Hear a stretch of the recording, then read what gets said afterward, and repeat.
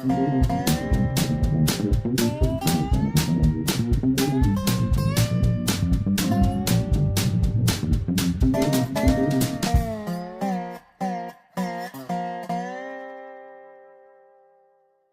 is Dave Monk, your Prairie Monk, WEFT, Champaign 90.1 on your FM dial.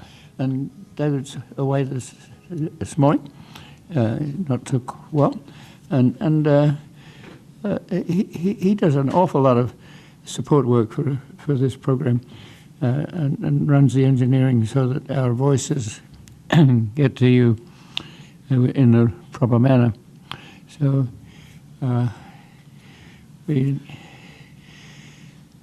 today I'm on my own, and Bill has just been putting up for us. So thank you to Bill too. So I want to say something about the Forest Preserve. I was there with the Martin family at Thanksgiving, and the next day I went out and took some photographs, because in winter time you don't have leaves and you can see the landscape. And so Glenn had organised the Isaac Walton League cottage. In case you don't know, the Isaac Walton League was founded by a guy who, well, it was founded after a guy who wrote a document, I think way back in the 1400s or something like that. It was in an era when you had cathedrals, and cathedrals supported people who wrote or did artwork or did things that weren't going to acquire a lot of income, so they were supported.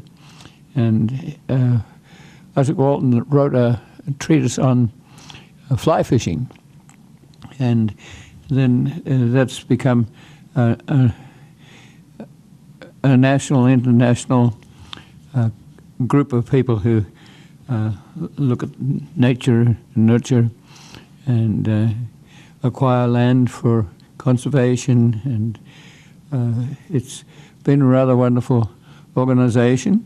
And in the whole setup of the Forest Preserve,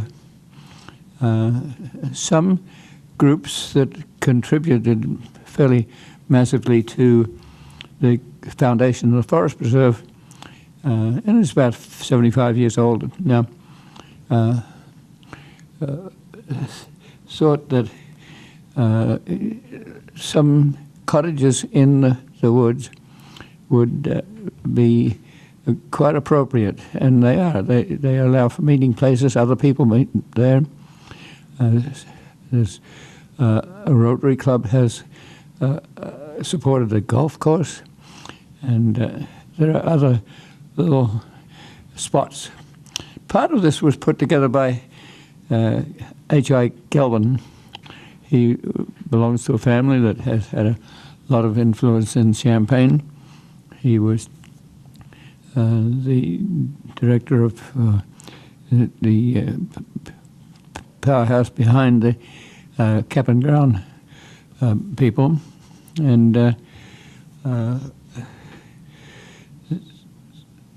he thought there ought to be some set aside for recreation and nature.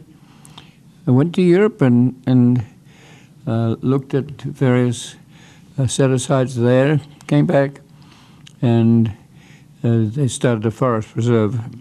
And they put a dam across a little creek, which you'll see. It was a small creek, but enough to create a dam. It had a slippery slide there, which probably was considered as dangerous, and was taken out after a while. But you can still boat there. There's fishing, and there's a fork in the dam area, and so on one side there's a area for boating. You can rent a boat and power up the boat with your own energy, and those two units, or the bifid two legs of the dam are joined by a suspension bridge. The suspension bridge is a bridge where you put up two towers, one on either end, and then you put a cable between them, and then you drop the cables down to support a bridge. It's often a little wobbly, but it can be very firm. And this one is a firm bridge, but just joining the two areas. So we look at the house, and I've taken pictures, so I'm going to sort of be doing radio style, a picture of what you'll see if you go to UPTV, Banner Public Television, 1 o'clock on Friday or 6 o'clock on Tuesday, or subsequently up on YouTube.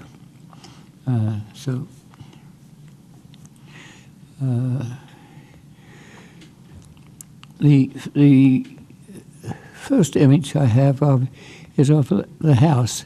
It's a meeting place that's on a little road that is not common to everyone, and it has actually been closed off. Early on, when these sorts of facilities were put together, it was felt that there should be roads. That was a national issue. The national parks were making roads into features, and then that got to be a problem because the visitors would put up campgrounds and concessions, and gradually that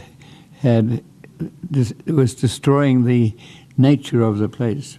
So I suspect the closing of the road is part due to the change in attitude over the 75-year period.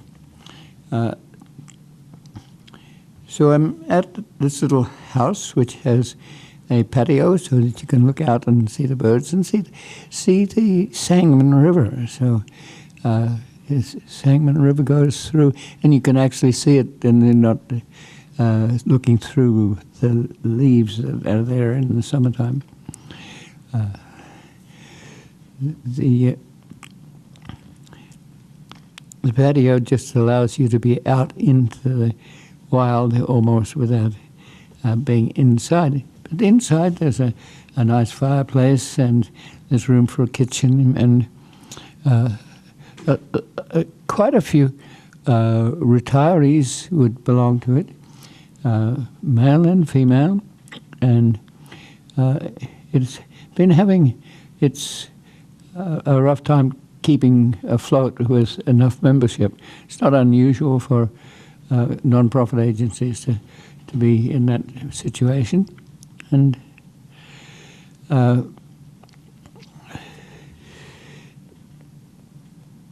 meetings would have a guest, and usually 7 o'clock at night, and it was very much a situation where you had a lot of camaraderie, and if older people passed, then they would buy a memorial plot of land in southern Illinois, and they do a lot of teaching of kids in summertime how to fish, how to row a boat, how to look at nature, and so we're looking over the Sangamon River, and the Sangamon River, like all rivers, meanders. The meanders are physical. They go horizontally, but they also go vertically and all between.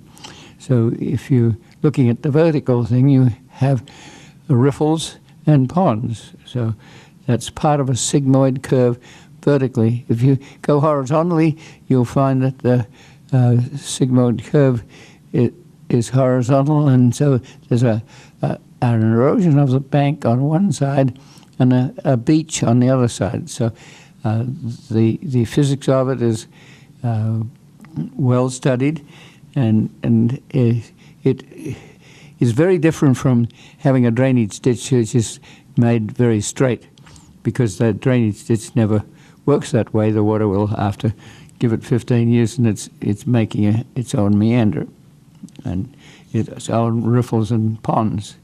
And those riffles and ponds and beaches and cut-in embankments provide a habitat, various habitats. So if you have a pond, you have creatures that like to dwell in still water. You might have a water spider, strider, that can move on the water. There's just enough lightness that they can be on top of the water. Whereas if you go to the riffles, you'll find netters, little insects that will put out a net and catch the bacteria and other creatures coming down in the water. And so when you look at a little waterfall, you'll see those netters operating, and you're not just seeing the waterfall, you're seeing the netters gathering up their lunch and dinner. So different creatures in different places. The plants are also different, and the embankments where there's shade, for instance, there's a difference. So very natural.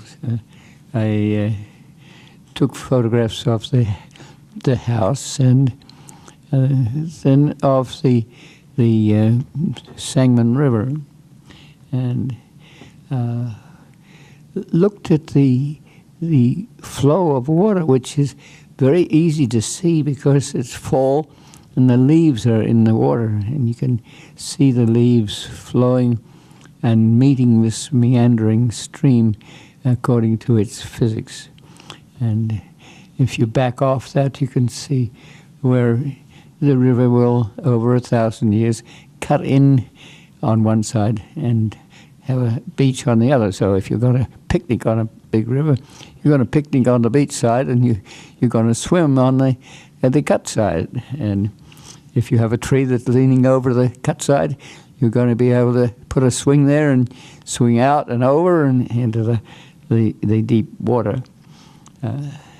So shipping people coming up in flood time have to know these sorts of things, and if they move too close to the beach, they're going to get stranded. So that means that you have lights and directions so people can move in the deep waters or the deeper waters. There's a node, and the node doesn't move as much as the broader sigmoid curve. So if you're going to put a bridge across the river for a railroad, for instance, you're going to put it at the node. Even if your north, south, east, west straight road says that you should go somewhere else where there's not a node and there's this amplitude, then if you put your railroad there, it's going to fall into the river after a while. Or if you put your school on that non-node, then it might just fall into the river. So this is over 1,000 years. It doesn't happen quickly, and that meander gradually moves down the river. So this creates a bottomlands, and so it's nice to look at the river, and there's next door there's a sycamore hollow. Sycamores like to be near water, and Sycamore Hollow has the typical park district, forest preserve, picnic establishment. And you have to know that the forest preserve has to balance people, uses, with the nature, and they often do it very, very well.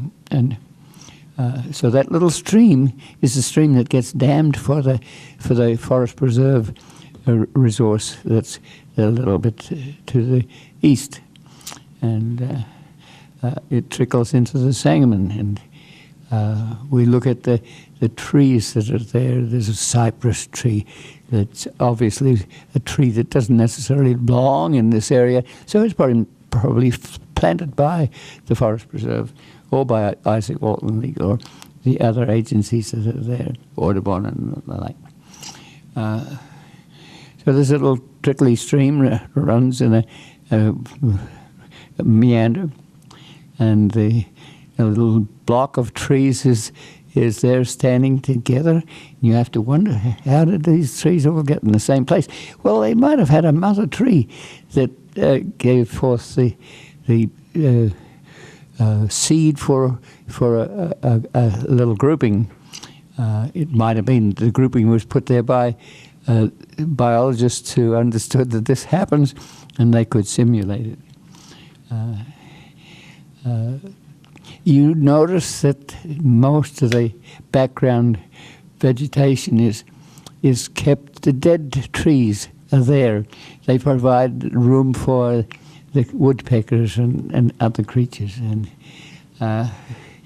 there's a range of fungi that start to decompose those trees. So nature leaves the trees on the ground. We don't run around and mow the lawn.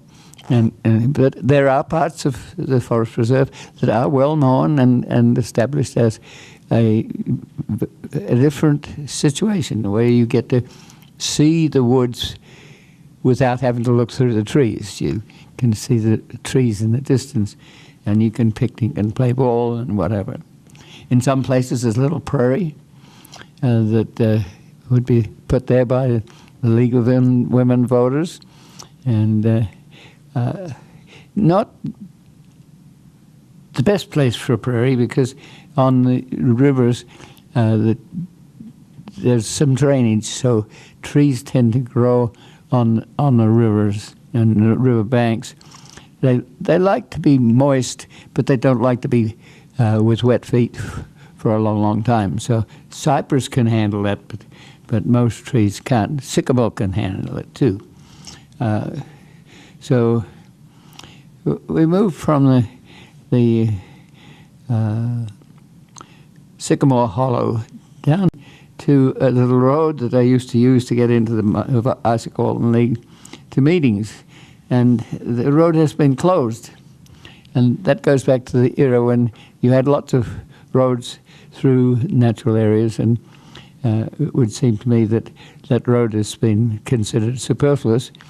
And so a bridge has been put there. The bridge happens to look like an Asian bridge. It's painted red and has all the attributes of an Asian bridge, which is a little bit strange when you're looking at it, and you have to wonder how you get to do, who gets to decide to put in bridge. I would probably have put in a rustic bridge.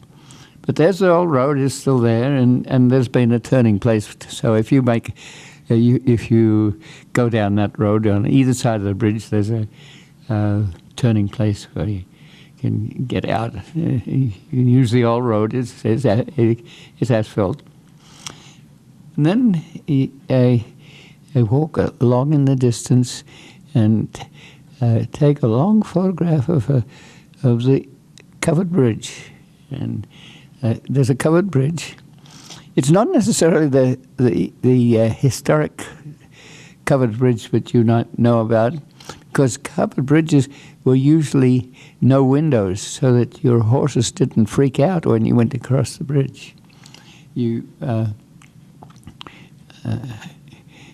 And you tried to have it so that it didn't go too much clip clop clop clop clop clop clop clop clip clop clop clop, so that the horses would get used to it and not be disturbed. Now this bridge also has a walkway on either side, so this bridge takes cars, 2 lanes of cars, one going one way and one the other. so you wouldn't want people walking on it. So this bridge has walkways on either side, and it's very nice. So we get closer to that, we'll see that it's also steel beams rather than wooden beams, and it's a professionally put together bridge. In the meantime, as we're walking along, I take a photograph of a snag. It's if you're going to take a canoe and ride from Muhammad to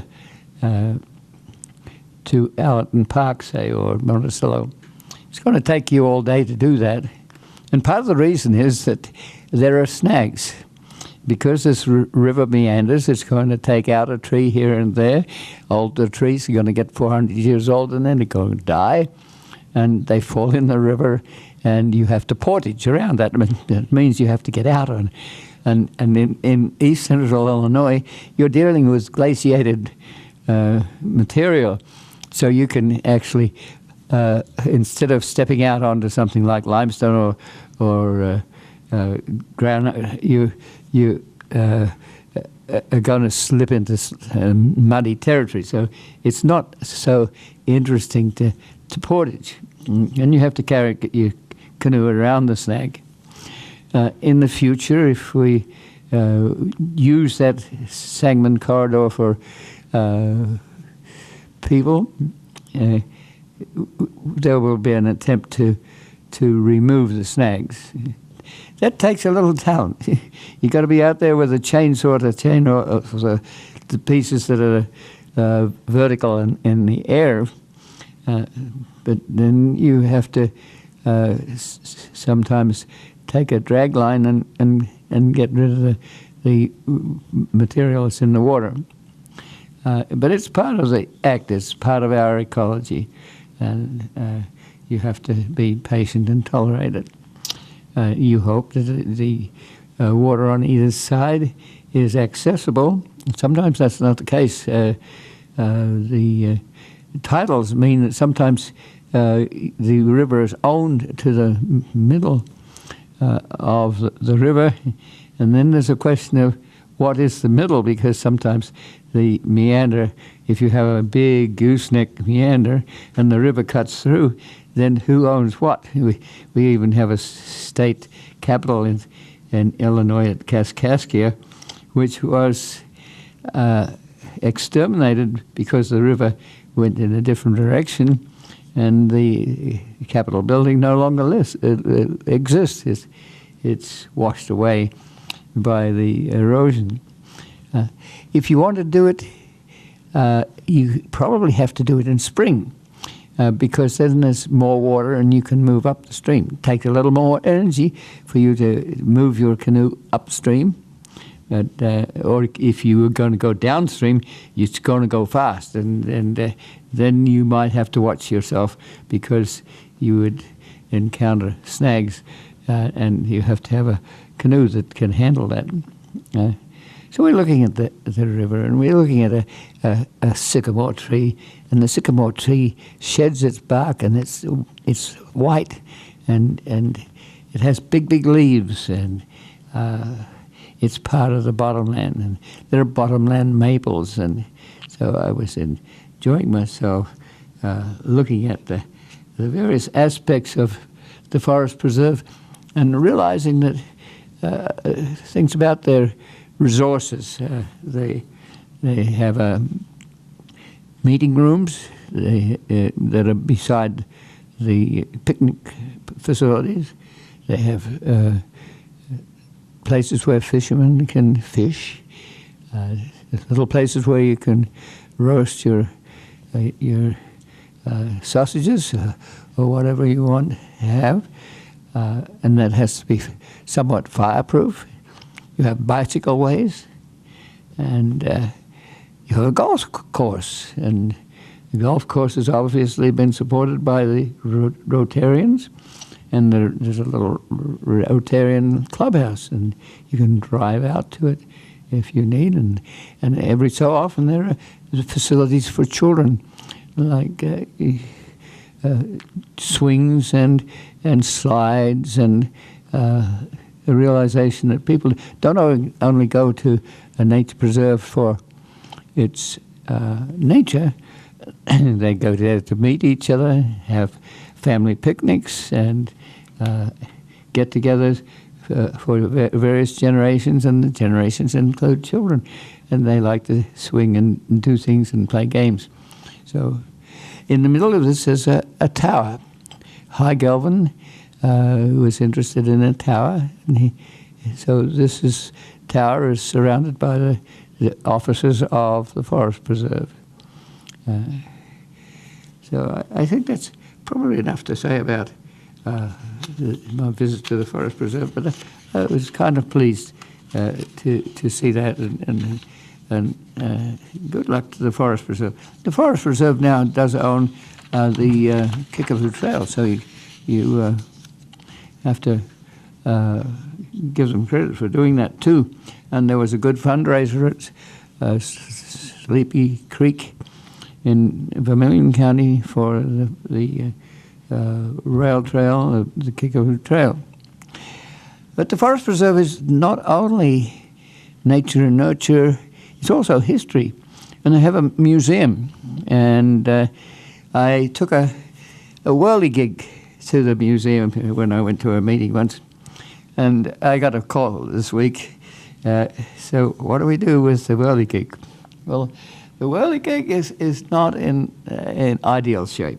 It's a whirligig is where you put a wind vane on the top of your house or on top of your barn, and the wind blows it gives you an indication of the direction of the wind, but it also runs a little wind vane, or a cog that will make a little man pick up and do something, and it has a vernacular or a folk atmosphere to it. It was made with plywood, which wasn't very good for outdoor work. But so I was called to see what I was thinking when I took this and left it. And if you don't need it, I don't like to take things to an agency that distributes them or uses them. So I usually get them to adjudicate before I take something out of a vehicle. So this one was accepted, so what do we do with it? If you have an item, it needs to be pretty good to be in display on the museum. So if it's not quite that quality, then what do we do with it? Can a museum take this sort of material and sell it?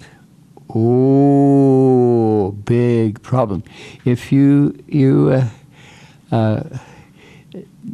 that, you have to be very careful if you have donations with people who expected it to be a part of the museum retinue, then that's going to be a difficulty if it disappears. It's also a question of how much and who pays what for where. So sometimes essential items are sold. So the museum doesn't do that. So then the next thing is, could it be put in a garden? And, well, if it's made of cardboard, of plywood, it's going to have a problem in the garden. It was on a roof in the first place, so it has that problem. So that's not a possible alternative. There are other subsidiary agencies that might like a little history.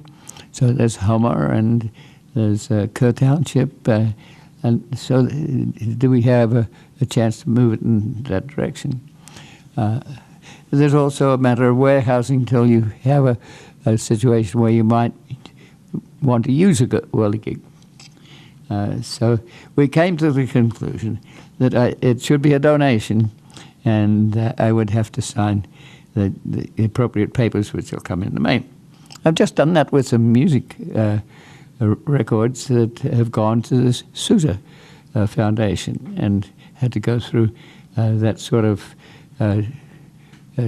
delivery and documentation, and then approval by a group of people who were adjudicating.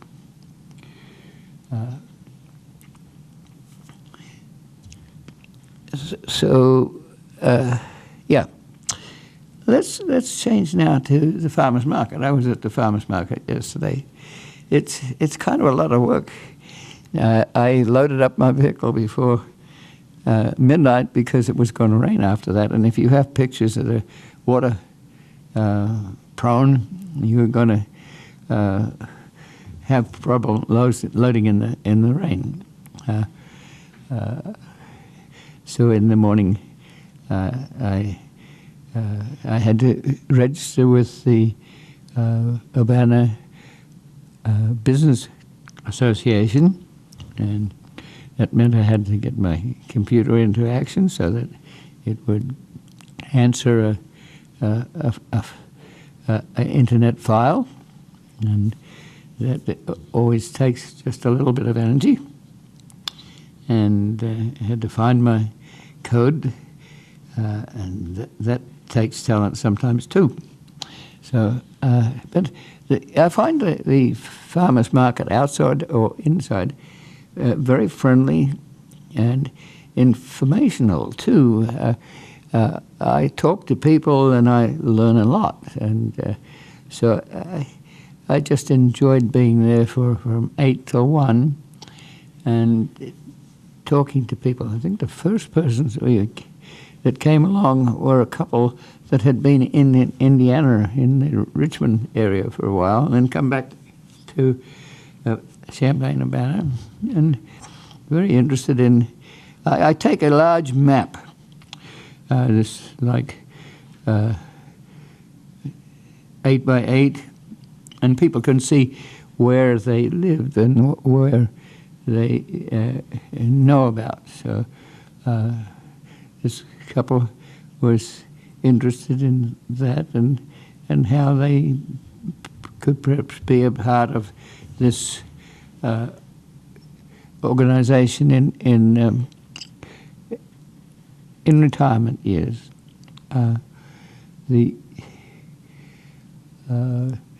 Some people came from Decatur, and they had an association too, because the name of Heartland Pathways was given by a guy named Shellback, who was the manager of the Macon County Conservation District at the time, and somewhat of a recreator as well as a naturalist, and Heartland Pathways seemed to be a good name, so we kept that. And I had a gentleman in a wheelchair who was very knowledgeable of the whole area, and we talked back and forth, and as I do, I keep learning new things about what can be done. And so I was next door to people who sold incense-type materials, and also made cushions, and the cushions were small cushions that you would put behind your head, and had buckwheat, the buckwheat chaff, what's left after the buckwheat is used for very nutritious. It's very good for your health, but the surrounding material is soft, and it would allow you to put behind your head in a car, or on an arm on a rest, or something like that. And a young couple from the agricultural side of things, they were doing crop science and doing lab work too, and they were sifting through T-shirts that say "Grow it, don't mow it," and they've always been popular. One T-shirt went to mother in Edwardsville in southern Illinois, where she has a little prairie, and so these little things make life friendly and interesting. Had someone who was from St. Joe and very concerned about drainage, and you have to know that drainage commissioners, there's usually 3 of them, and there's something like 400 of them as groups across the country, across Illinois. And we were a fairly soggy state. It's kind of wet. So those drainage commissioners were very important about getting the water off the land so it could be used for agriculture. And that continues. So every once in a while in something like the Salt Fork, the vegetation will be removed on one side of the drainage ditch once every 15 years or so, and then it would be on the other side in another 15 years. It's not a serious problem, but it is very traumatic for people who live near the forest that's on the edge of the drainage ditch, and to lose that forest all of a sudden and to find that it's just fallen and left there to rot, because it is costly to remove that material, and the material itself helps to control erosion. So there's always a little conflict between the drainage commissioners and the people who live in that location. They don't always give you a lot of notification, so you can come home at lunchtime and find that your trees on your drainage ditch behind your house have suddenly disappeared or been taken down. So just that little conversation is interesting. There was a retired botany professor who was interested in a whole bunch of things who were involved with prairie preservation, and staff that's interested in done things. The university has tended to put botany and zoology away from being special departments, but into biology as a whole. We discussed that sort of thing. He was interested in he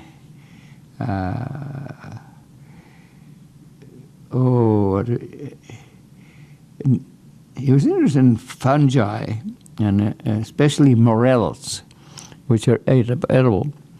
But he also noticed that he went into a cemetery, and there was a tree that was made from limestone, had been carved as a memorial, and it had bracket fungi on it. Well, yes, this was an era when communities put memorials up. They belonged to the various societies.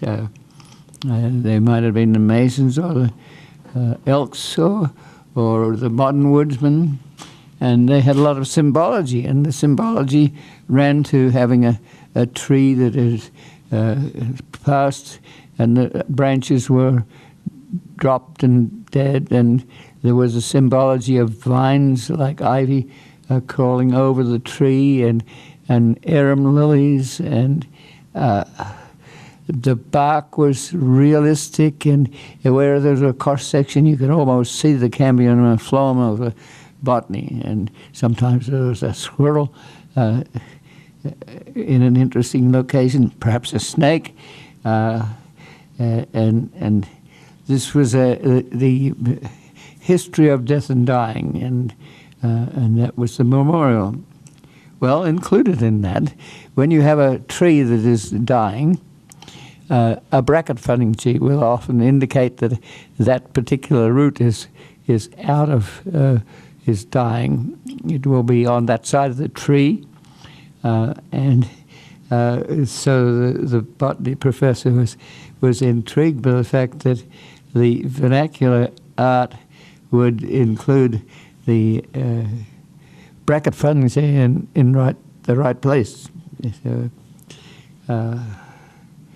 we have listeners that come by. We're never quite sure who listens to what, and that's it's very helpful to know that some people are listening.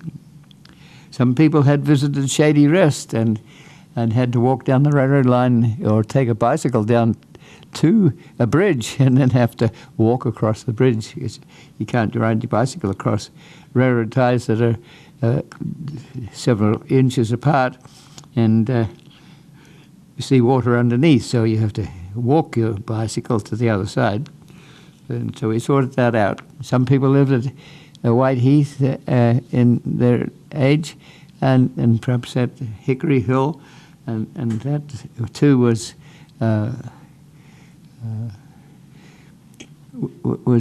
interesting for people to find on the map where they were and what are the resources we're talking about.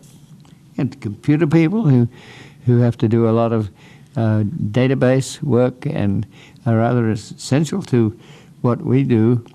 We've gone from an era of taxonomy to an era of genes and RNA and DNA and biochemistry. So sometimes the plants that are looked at and look physically like each other are found out to be not quite like each other when you go to the gene pool and find out how they're related there. So some of the Linnean scientific background to taxonomy has to change over the years, and that's always a problem. And you have to list, when you list the name of a scientific name of an organism, you sometimes have to list who eventually was working with that name or what organization and the date. And they're just friends. Some of them are ones that have met us before and have had a volunteer involvement because they've met us at the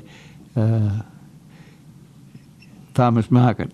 And it's not easy for the produce people.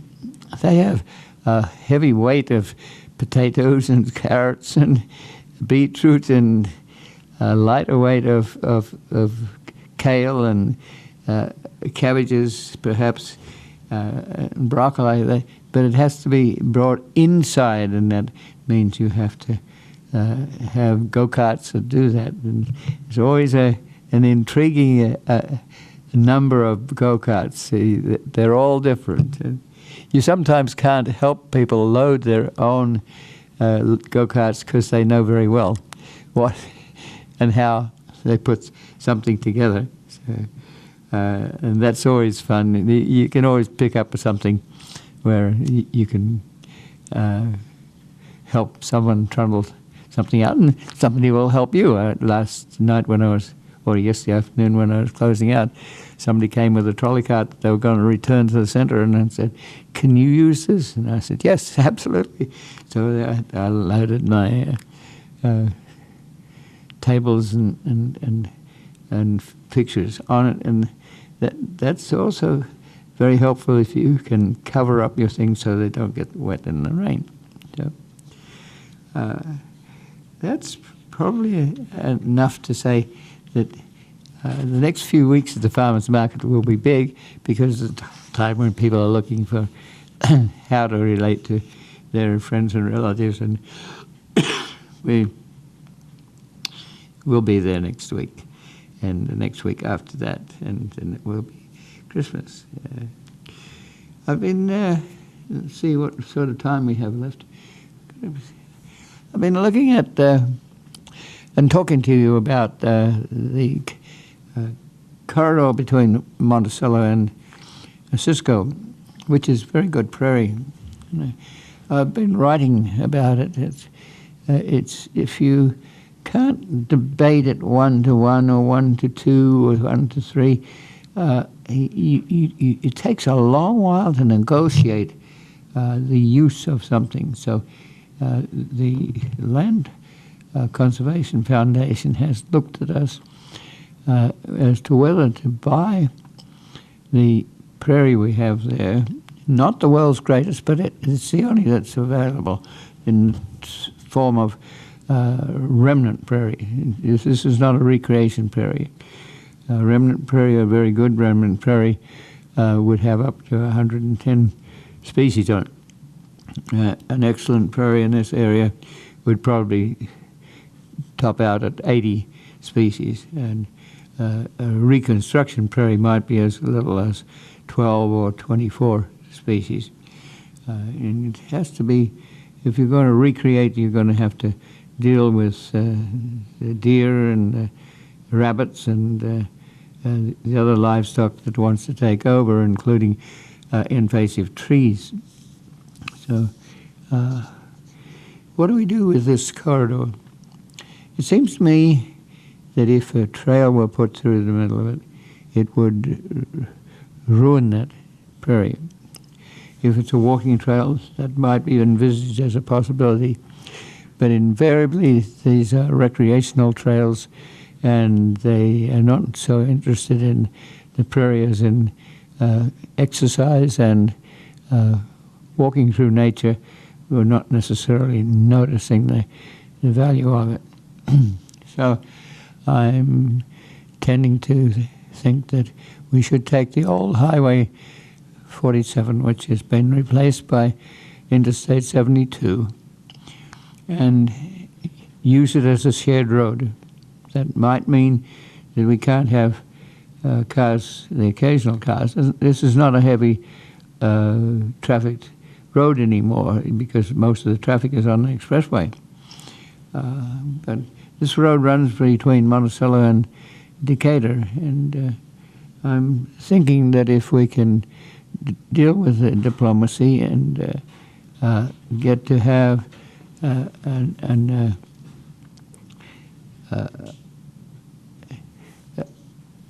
shared road. A shared road means that you would take a portion of the road and put bicycle signs on it, and that doesn't stop the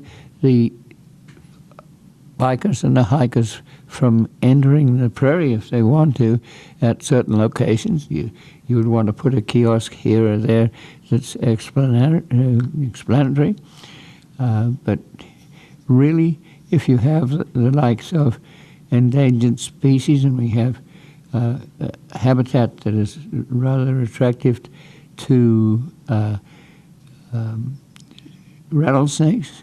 We haven't seen them lately, but the Department of Natural Resources helps to burn the corridor, and there's enough caring about the corridor. There's enough people who've put money and work into this 4 miles that we really have a responsibility for keeping it afloat. So can we get the Land Trust to be involved in an adjacent shared road? That probably will take working with the township supervisors and figuring whether you can have a rest stop on the way. At our agenda, used to be, since it was a highway, there was a rest stop. It's now used for gravel and storage of roadside materials. How can we make that trip to Decatur and connectivity between communities? How can we make that interesting and exciting and convenient? Can we have a toilet somewhere? Can we legitimately visit a nearby cemetery to see what the history is and who the people are and what their ethnology is? Can we go through a small town like Argenta and Oriana and feel that the bicycles are appreciated? It always takes about 15 years before you really get a lot of excitement about a rail trail. in the St. Joe area, where there's 7 miles an hour of the Kickapoo Trail put together, there is no doubt the community is interested in this trail, and they're interested in the economic value of it. The restaurant at the end of the trail in St. Joe has done very well out of people stopping off when they get to that point.